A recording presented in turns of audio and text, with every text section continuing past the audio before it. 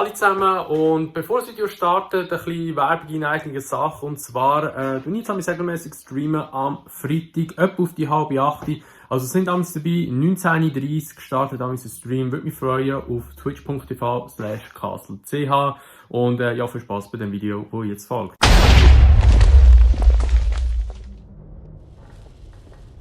Gerade gehört. Belikov ist wieder in Moskau. Ihr kennt den Plan. Bell, du kommst mit mir. Lazar, bereit machen zur Evakuierung. Du nimmst ihn mit zum KGB? Bist du verrückt? Warte, bis Mason oder Woods zurück sind. Ich brauche weder Mason noch Woods. Ich brauche Bell, er ist unverzichtbar. Macht dir das Spaß? Du setzt die ganze Operation unnötig aufs Spiel. Das ist nicht unnötig, sondern kalkuliert. Denkt dran, wenn ihr die Sache verbockt, kriegen wir diese Namen nie. Dann war's das.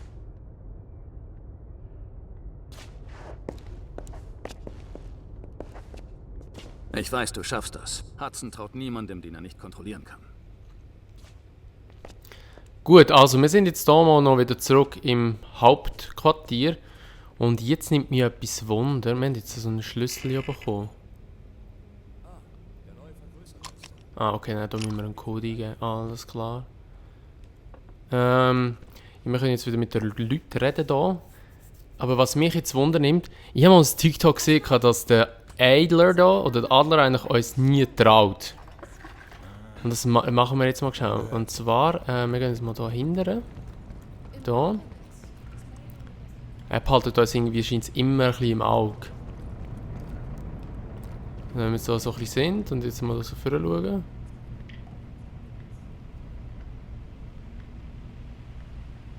Oh nein, es steht er einfach dort. Aber wir bleiben mal schon kurz ein bisschen länger da. Es nimmt mich aber verdammt Wunder, es scheint so, dass er die ganze Zeit immer schaut, wo du bist. Aber ich weiß aber nicht, ob das nur am Anfang ist, wo man im Hauptquartier ist, oder auch jetzt noch, wo wir schon wieder da waren. Okay, jetzt ist er mal dort. Wir gehen jetzt mal hier runter. Bleiben wir einfach da unten schnell.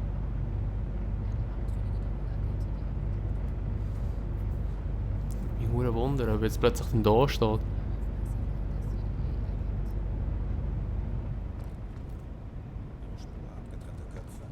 Fällt irgendwann auf. Nein, okay, bewegt sich nicht. Also wir reden mal kurz mit den Leuten ein bisschen. Willst du mich davon überzeugen, dass du diese Operation leiten solltest?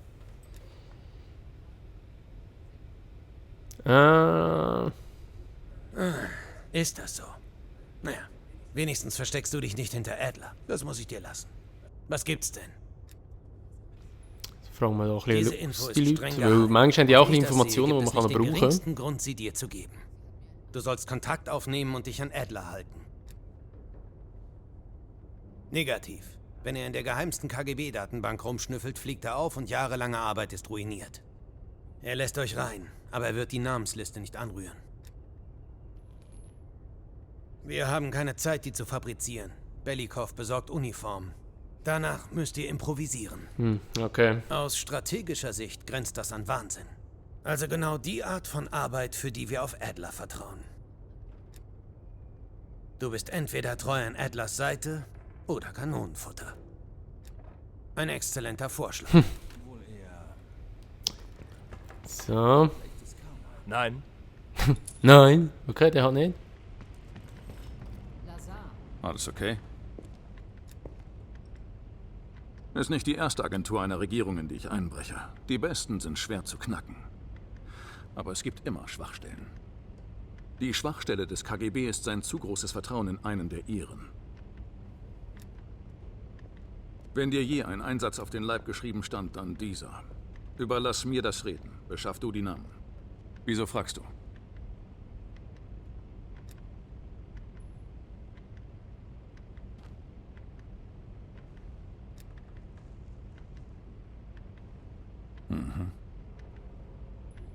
Was ist denn da für eine Antwort? Gar nicht. Er gehört nicht zu mir. Wenn ich überprüften Fremden nicht mein Leben anvertrauen könnte, hätte ich einen anderen Job. Nein, der MI6 konzentriert sich auf das Drumherum. Agenten in Satellitenstaaten, kleine Fische in der UdSSR. Sie wollen von außen rein. Belikov ist einer von uns, angeblich. Da vertraue ich Hudson. Er geht mir auf den Sack, aber er ist nicht dumm. So. Ich muss einfach fragen, woher kommt diese Narbe? Narbe. Diese hier? Fällt sie auf? Das ist 73 in Malaysia passiert. Da hätte mich ein Tiger fast getötet. Aber der Mensch bleibt das einfallsreichste Geschöpf im Tierreich. Hat dich schon mal ein Tiger angefallen, Bell? Okay. Die Frage ist, ob jetzt das stimmt oder nicht. So, wo ist jetzt so die andere? Die kann man wahrscheinlich zu anbaggern. Wo ist so die Frau? Da, Park. Bell, hab dich nicht zurückerwartet. Weniger ist mehr. Weniger Reden, Interaktion, Aufsehen. Pass dich an. Dort erwarten sie am wenigsten einen Eindringling. Könnte ein Vorteil sein. So ziemlich alles andere ist ein Nachteil. Welcher bist du bei dieser Operation? Ich koordiniere das Rein und Raus. Es war schwierig, eine nicht zurückverfolgbare Route zum Lubjanka-Platz zu finden. Ich passe auf, dass es keine Überraschungen gibt. Euch wieder rauszuholen, bereitet mir mehr Kopfzerbrechen. So, wieso entwickelst du Filme? Ich habe aktuelle Luftaufklärung angefordert, um eure Fluchtroute zu planen. Ich will keine unbekannten Variablen. Unser Weg raus aus der Sowjetunion wird alles andere als konventionell. Hudson vertraut mir nicht, wieso? Hudson hat Vorurteile. Manchen Leuten traut er niemals, anderen bedingungslos. Rein zufällig fällst du in die erste Kategorie. Mach dir nichts draus. Was hat denn die für eine Narbe dort am Hals, Alter? Hast du irgendwelche Probleme mit ihm? Hudson hatte Bedenken, sich mit anderen Geheimdiensten einzulassen. Aber da Präsident Reagan Atlas Operation genehmigt hat, hat er sich gefügt wie ein braver amerikanischer Patriot. Schau jetzt, wieso hast du diese Narbe an deinem Hals versteckt? Ich bin nicht gerade stolz darauf, Bell. Diese Narbe steht für einen naiven Moment in meinem Leben. Ich trete das nicht gerne breit. Sie unterstreicht deinen Charakter und beweist deine Stärke. Sie unterstreicht deine Schönheit. Sie sieht schrecklich aus. Was nehmen wir jetzt? Ich glaube, das erste zwei sind schon anmachen. He? Es gibt bessere Methoden, seinen Charakter zu unterstreichen. In unserer Branche ist es oft wichtiger, möglichst wenig Eindruck bei Leuten zu hinterlassen. Okay. Ich bin hier, wenn was ist. Jetzt soll er vielleicht Schönheit nehmen. Mal schauen, was sie dann gesagt hätte. Aber ich denke, so sagen, ja, Narbe ist Schönheit. Da weiss sie ja selber dann, dass es gelogen ist, wahrscheinlich. Ja, aber sonst können wir da wahrscheinlich nichts machen. Also wir haben zwar schon noch Beweisstücke und so, wo wir könnten mal noch versuchen zu entschlüsseln. Aber unsere Wand ist einfach schon echt voll, muss man wirklich sagen. Die nächste Mission ist die da oben. He? Okay, wir haben hier ein Beweisstück gesammelt und das ist auch nur eins scheint. Wir haben noch 2 Nebenmissionen, die wir noch einmal machen sollten. Allerdings müssten wir da zuerst ein bisschen die Beweismittel oder Beweisstücke entschlüsseln. Und jetzt muss ich mal gucken. Alter, das Zeug ist einfach echt voll, Mann. Herhören. Eine Ex-CIA. Nein, ist nicht das.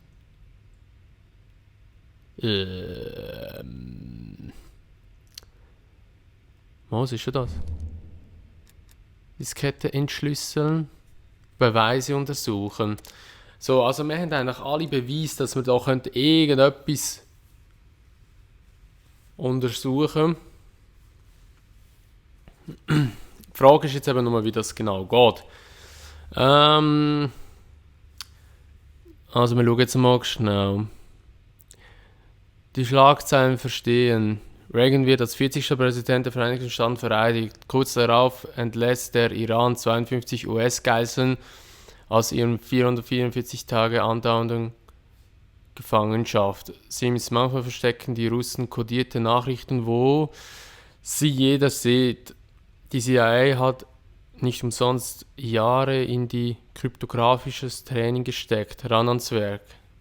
Manchmal verstecken die Russen kodierte Nachrichten. Schön, dass ich es gerade vorher vorgelesen habe und jetzt Die zeigt er es. CIA hat nicht umsonst Jahre in dein kryptografisches Training gesteckt. Ran ans Werk. Okay. Ich muss schon kurz etwas haben zum Schreiben. Eine Sekunde. So, also, was haben wir da? Wir haben das C-I-H C-A-O-G.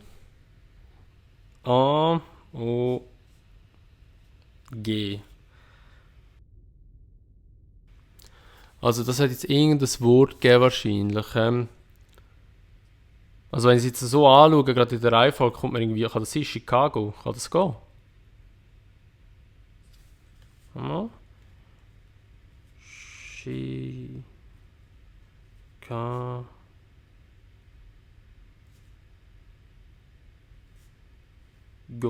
Aber ich weiß aber nicht, ob das stimmt. Okay, Chicago. Dann Wir da. haben diese kodierte Nachricht bei ihm entdeckt. Wir glauben, dass sie für den US-Spionagering bestimmt ist, aber noch konnte sie niemand entschlüsseln. Zeig ihnen, wie das geht. Okay. Da sind ja die Zahlen. Ich weiß nicht, ob ich das schon. Ich habe das mal gesagt. Ich weiß aber nicht, ob eben die Folge mir fehlt jetzt. Aber grundsätzlich, das zum Entschlüsseln sind immer die Differenzen zwischen den Zahlen, also zwischen Rot wichtig und zwischen Blau wichtig. Also wenn jetzt 46 auf 53 haben wir ja 7. Notieren wir mal ein 7. Wir nehmen jetzt mal das Blaue zuerst. 53 auf 60 sind ja auch 7. He? Und zwischen 60 auf Fragezeichen wissen wir nicht. Und von 74 auf Fragezeichen wissen wir ja auch nicht. Allerdings sind es jetzt 2 mal 7 gewesen.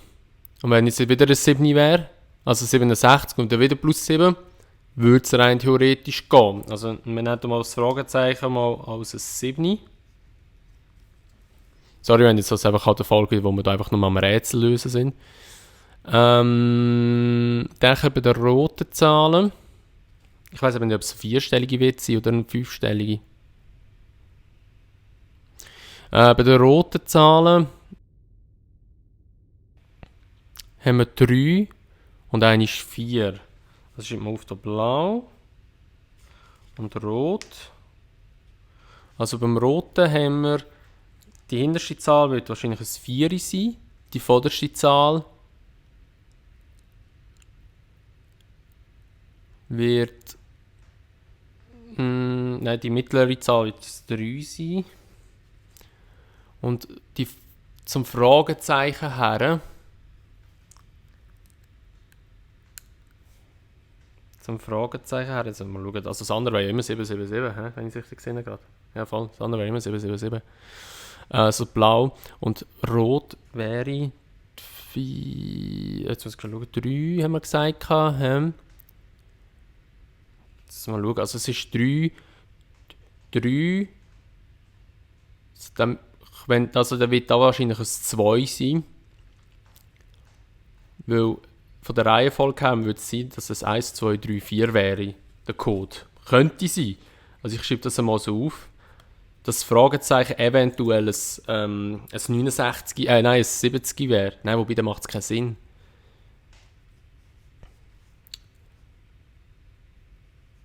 Mal ein 69 wäre eigentlich, mal. Und dann nachher ein 1 zum Dings. Vom 68 auf, wenn jetzt das Fragezeichen so rot, das 69 wäre es 1. Und dann nachher von 69 auf 71 sind es 2. Könnte sein. Also, dann haben wir das mal. Und jetzt hier beim Video. Gut, dass du dieses Band in Ostberlin entdeckt hast. Sieht aus wie die Übertragung eines Zahlensenders für den Spionagering. Hör mal rein, ob da was Klick macht. Ah, jetzt haben wir ja Chicago. Seattle 6, 8, 6, 0.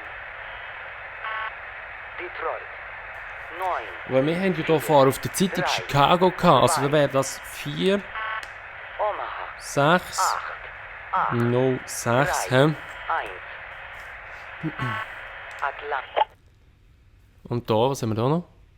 Da ist einfach nur so ein Foto. Okay, aber jetzt könnten wir vielleicht die Diskette Wenn wir den entschlüsseln. Schutz auf der Diskette entschlüsseln, Wir gehen jetzt mal können ein, wir vielleicht 4, den gesamten 6, 0, Spionagering 6. ausschalten. Darum brauchen wir dich. Zeig, was du kannst. Und da gehen wir jetzt ein, Chicago.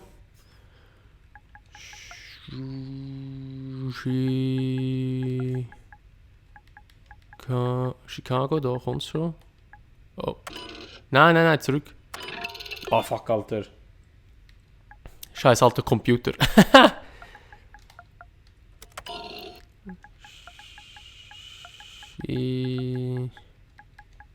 Chicago.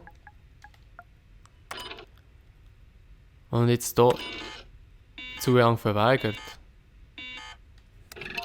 Ja, aber es könnte sein, dass man hinten einen Leerschlag reingehauen hat.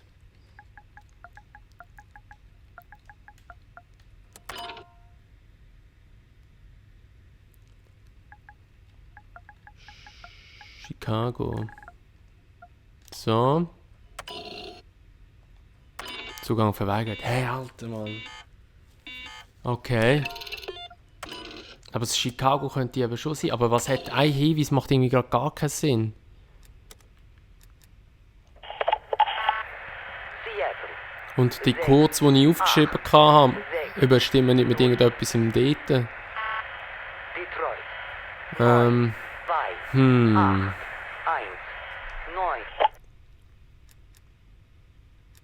Ich komme da bei dem Hinweis jetzt gar nicht raus. Ich soll jetzt echt schauen im Internet, was das echt könnte sein, weil ich bin jetzt gerade richtig überfordert. Ich probiere mal hier noch das 1, 2, 3, 4. Und dann wieder Chicago. Zugang verweigert, okay. Dann probieren wir hier nochmal 777. Chicago, ohne Leerschlag. Zugang verweigert, okay. Alter, also ich habe alle Hinweise. Ich gehe jetzt mal kurz schauen. Tut mir leid, wenn ich jetzt spicke, aber ich werde unbedingt die Diskette entschlüsseln. Ich muss das wissen. So, also ich bin jetzt kurz spicken, tut mir leid für das, aber sonst check ich es nie. Also es ist relativ komplex gemacht und zwar, man muss hier starten. Wir haben dann nachher hier den Code Chicago und dann muss man hier Chicago den Code aufschreiben und das wäre dann 4606. Den haben wir ja schon aufgeschrieben. Das ist eigentlich unser Zugangscode. Dann müssen wir hier bei den Fragezeichen, also dort, wo keine Zahl drin steht, muss man das ausrechnen, beziehungsweise, das haben wir ja vorher schon gesagt, das wäre ja bei uns beim Roten das 69 und beim Blauen wäre es 67, also wäre der Code 6967 und dann muss er wieder zurück aufs Band gehen und auf dem Band sehen wir, wäre das Madison, das heisst der Code ist 4606 und der Name von der Stadt wäre Madison. Und jetzt probieren wir mal, ob das wirklich alles so ist. Ich hoffe. Das ist jetzt schon mein dritter Anlauf wieder, weil ich habe gemeint, ich habe es vorher schon richtig gemacht, aber ich habe es dann nicht richtig gemacht. Jetzt gehen wir da wieder rein. Madison, da ist es schon. Zugang gewährt. Yes! Verdammt, ja, das ist es. Du hast es geschafft, Bell. Jetzt haben wir, was wir brauchen und können uns Eldridge gefahrlos schnappen. So. Perfekt. Also, dann haben wir hier mal den ersten Dings entschlüsselt. Wir können jetzt die Mission starten, die Operation.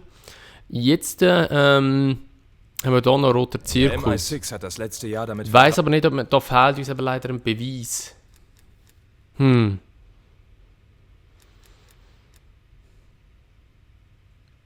ich glaube nicht, dass wir das schaffen werden, weil uns fehlt da einfach... Ich weiss aber nicht, wo man den Beweis bekommt. Ob wir den vielleicht erst noch bekommen oder nicht. Das ist so die Frage. Schon schauen. Wir haben schon eigentlich überall alles ein Objekt gefunden. He? Hier auch. Okay, das heisst, wir kriegen das hier über, bevor dass wir Operation Red Circus oder Rote Zirkus können entschlüsseln. Alles klar. Aber wir könnten jetzt die Nebenmission machen. Und da würde ich mal sagen, wir machen in der nächsten Folge dann die Nebenmission. Wir sehen uns dann einfach in der nächsten Folge wieder. Merci vielmals fürs Zuschauen. Vergessen nicht das Video bewerten und sonst sehen wir uns, wie gesagt, im nächsten Teil wieder. Bis dann, wünsche ich euch ein schönes Tag und ciao.